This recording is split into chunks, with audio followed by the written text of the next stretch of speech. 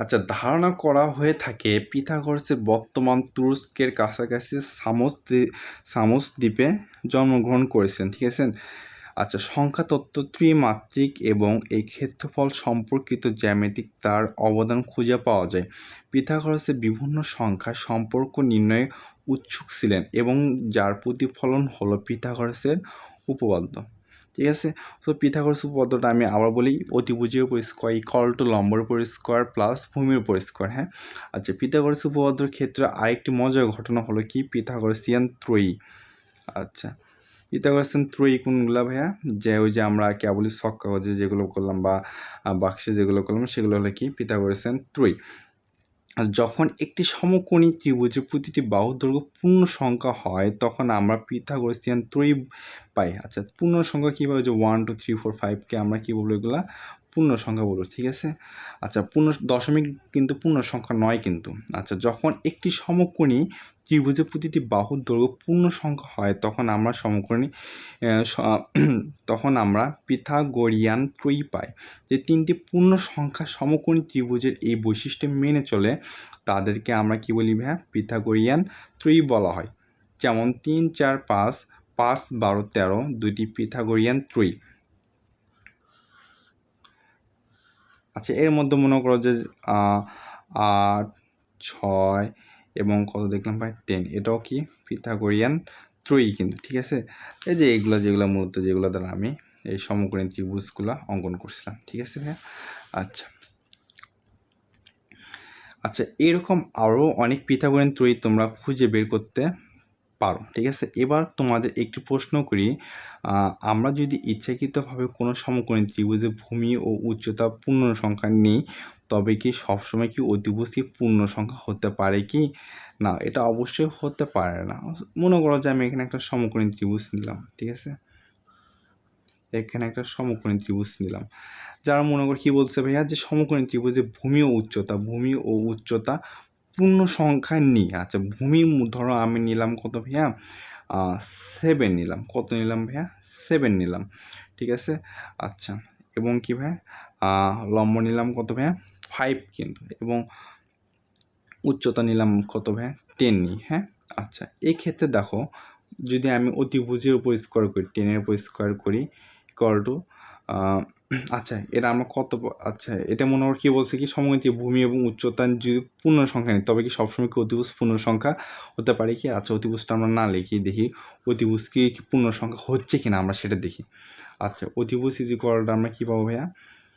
অতিভুজের উপর square equal to number উপর square, তাই না? লম্বর উপর স্কোয়ার প্লাস ভূমির উপর স্কোয়ার। আচ্ছা, লম্ব কত ভাই? এখানে লম্ব 5-5-এর উপর স্কোয়ার দিই প্লাস ভূমি কত? 7-7-এর উপর স্কোয়ার দিই, তাহলে কত হচ্ছে ভাই? 25 প্লাস 49। আচ্ছা, সো স্কোয়ার রুটটা কেন দিলাম? সো রুটটা এদিকে গেলে কী হবে? এটা স্কোয়ার হয়ে যাবে, সরি রুট স্কোয়ারটা এদিকে গেলে কী হয়ে যাবে? তোমার কী হয়ে যাবে? স্কোয়ার হয়ে যাবে, তাই না?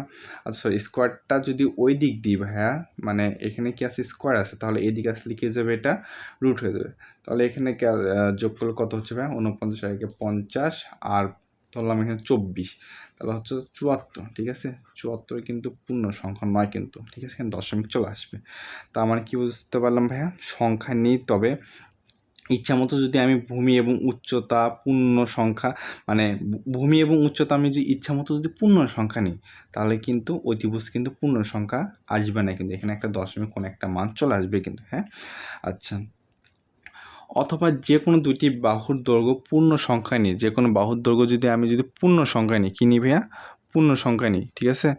বাহুর দৈর্ঘ্য পূর্ণ সংখ্যা নিই, বাহুর দৈর্ঘ্য পূর্ণ সংখ্যা নিলে তৃতীয় বাহুটির দৈর্ঘ্য পূর্ণ সংখ্যা হবে কি না?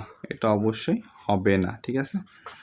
আচ্ছা, একক কর্মপত্র বা বিকল্প উপায়ে পিথাগোরাসের উপপাদ্যটা খুব সহজে কাগজ কেটে এই সম্পর্কটি প্রমাণ করা যায়। এক্ষেত্রে 4টি একই মাপের সমকোণী ত্রিভুজ নাও। আচ্ছা, 4টি একই মাপের কী বলছে ভাই? সমকোণী ত্রিভুজ নাও।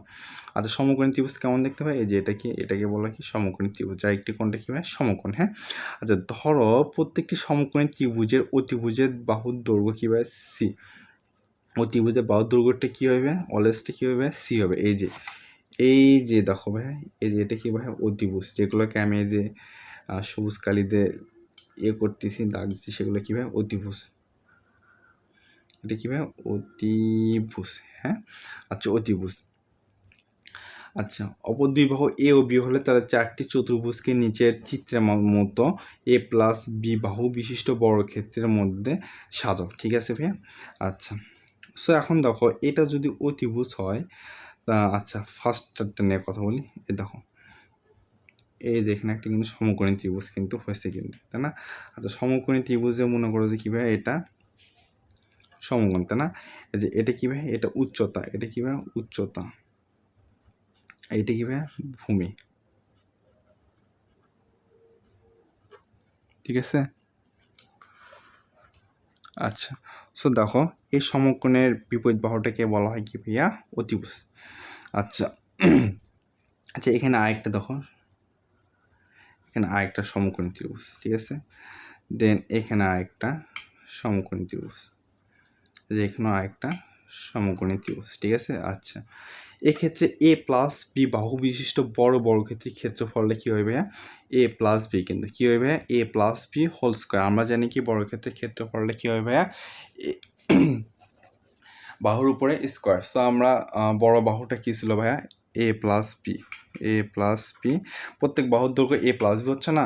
আচ্ছা, এ বাহুর দৈর্ঘ্য এ প্লাস বি হচ্ছে, দেন এ বাহুর দৈর্ঘ্য এ প্লাস বি, এ বাহুটার দৈর্ঘ্য এ প্লাস বি, দেন এটারও এ প্লাস বি, এটাও এ প্লাস বি, এটাও এ প্লাস বি। সো এটা একটা কী ভাইয়া, বর্গক্ষেত্র। সো বর্গক্ষেত্রের ক্ষেত্রফল কী জানি, বাহুর উপরে স্কোয়ার জানি। ঠিক আছে, বর্গক্ষেত্রের ক্ষেত্রফলটা কী ভাইয়া, বাহুর উপরে স্কোয়ার। সো কী হচ্ছে ভাই, দেখো তো, square plus 2ab plus B square. হ্যাঁ, আচ্ছা আচ্ছা, তো চারটি ত্রিভুজের ক্ষেত্রফল আমরা কি জানি ভাইয়া, হাফ গুণন ভূমি গুণন কি জানি ভাইয়া, উচ্চতা। হাফ গুণন ভূমি গুণন উচ্চতা। সো দেখো ভাইয়া, এখন এই চারটি ত্রিভুজের ক্ষেত্রফল, আচ্ছা আমরা জানি কি একটি ত্রিভুজের ক্ষেত্রফল কি জানি ভাইয়া, হাফ। একটি ত্রিভুজের ক্ষেত্রফল কি জানি ভাইয়া, হাফ গুণন ভূমি গুণন কি জানি ভাইয়া, উচ্চতা। সো এখানে একটা ত্রিভুজের ক্ষেত্রফল যদি এটা হয় ভাইয়া, তাহলে চারটে ত্রিভুজের ক্ষেত্রফল কী হবে, জাস্ট আমরা এর সাথে কী করবো ভাইয়া, 4 গুণ করে দেবো। ঠিক আছে, তাহলে 2 দিয়ে এটা কাটলে কত হয় ভাই, 2। আচ্ছা, ভূমি এখানে কত ভাইয়া, ভূমি এখানে এ, এবং উচ্চতা কত ভাইয়া, বি। ঠিক আছে, আচ্ছা, এখন বড়টার থেকে যদি আমি ছোটোটা বাদ দিই, তাহলে আমরা কী পাচ্ছি, বড়টা কী আছে ভাইয়া, বড়টা আমরা কী পাইছি, square plus 2ab plus B square. আচ্ছা, ছোটোটা কী ভাই, মাইনাস 2ab বাদ দিই, তাহলে কী পাচ্ছি ভাই, এটা শুধু এ স্কোয়ার প্লাস বি স্কোয়ার, তাই না? তাহলে এ স্কোয়ার প্লাস বি স্কোয়ার। আচ্ছা, সো এখন দেখো এ স্কোয়ার প্লাস বি স্কোয়ার, চারটি ত্রিভুজের ক্ষেত্রফল কী পাবো, 2ab। আর ফাঁকা অংশের ক্ষেত্রফল কী হবে ভাইয়া, এই পুরো ফাঁকা অংশের ক্ষেত্রফল কী হবে ভাইয়া, সি স্কোয়ার। কেন? কারণ এটা কি একটা ভাইয়া বড় ক্ষেত্র, তাই না? এটা একটু কী ভাইয়া, বড় ক্ষেত্র। তাহলে বড় ক্ষেত্রের ক্ষেত্রফল আমরা কি জানি, বাহুর উপরে স্কোয়ার। যেহেতু বড় বর্গক্ষেত্রটির ক্ষেত্রফল, যেহেতু কি বলতো, বড় বর্গটির ক্ষেত্রফল চারটি ত্রিভুজের ক্ষেত্রফল এবং ফাঁকা অংশের ক্ষেত্রফল সমষ্টির সমান। ঠিক আছে, মানে এই ফাঁকা অংশের ক্ষেত্রফলের সমষ্টি সমান, কিন্তু বড় ক্ষেত্রটির ক্ষেত্রফল, বড় ক্ষেত্রের ক্ষেত্রফল কী পাইছি ভাইয়া, এই যে এটা ক্ষেত্রফল কী বলছে, চারটি ত্রিভুজের ক্ষেত্রফল এবং ফাঁকা অংশের ক্ষেত্রফলের সমষ্টির সমান কিন্তু। ঠিক আছে, সুতরাং এই যে প্রমাণ হয়ে গেল।